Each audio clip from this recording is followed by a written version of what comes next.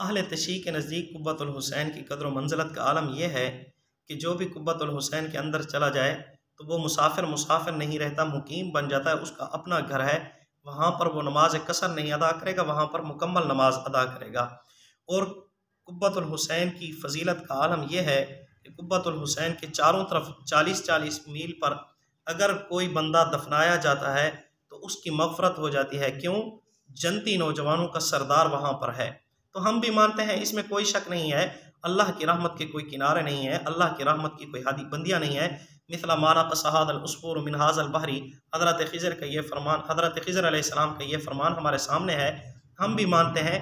لیکن ہم ایک سوال کرنا چاہتے ہیں کہ اللہ رب العزت نے نواسے کو اتنی فضیلت دی ہے تو نانے کو بھی کوئی فضیلت دی ہے یا نہیں دی؟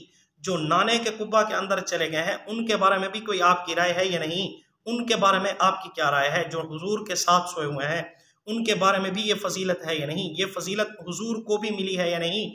جو فضیلت حضرت حسین کو ملی ہے، ان کے ارد گرد 40 میل تک کوئی دفنایا جائے تو اس کی مغفرت ہو جاتی ہے، تو حضور صلی اللہ علیہ وآلہ وسلم کو بھی یہ فضیلت حاصل ہے یا نہیں؟ اور ایک عام مسافر جو قبۃ الحسین کے اندر جاتا ہے تو اس کا اپنا گھر بن جاتا ہے، تو کیا جو حضور کے روضے پر گئے ہیں، جو حضور کے روضے کے اندر سوئے ہوئے ہیں، ان کا بھی اپنا گھر ہے یا نہیں؟ اپنا گھر ہے تو وہ جنتی ہیں، کنفرم جنتی ہیں، پھر آپ ان کو بھی جنتی ہونے کا سرٹیفکیٹ دے دو، کیونکہ حضور کا جو روضہ ہے اس کے بارے میں فرمایا ما بین بیتی و بین منبری روضۃ من ریاض الجنہ، کہ جنت کے باغوں میں سے ایک باغ ہے، اور جنت کے اندر تو سب کچھ ہے لیکن روضہ نہیں ہے، روضے کے اندر جنت ہے۔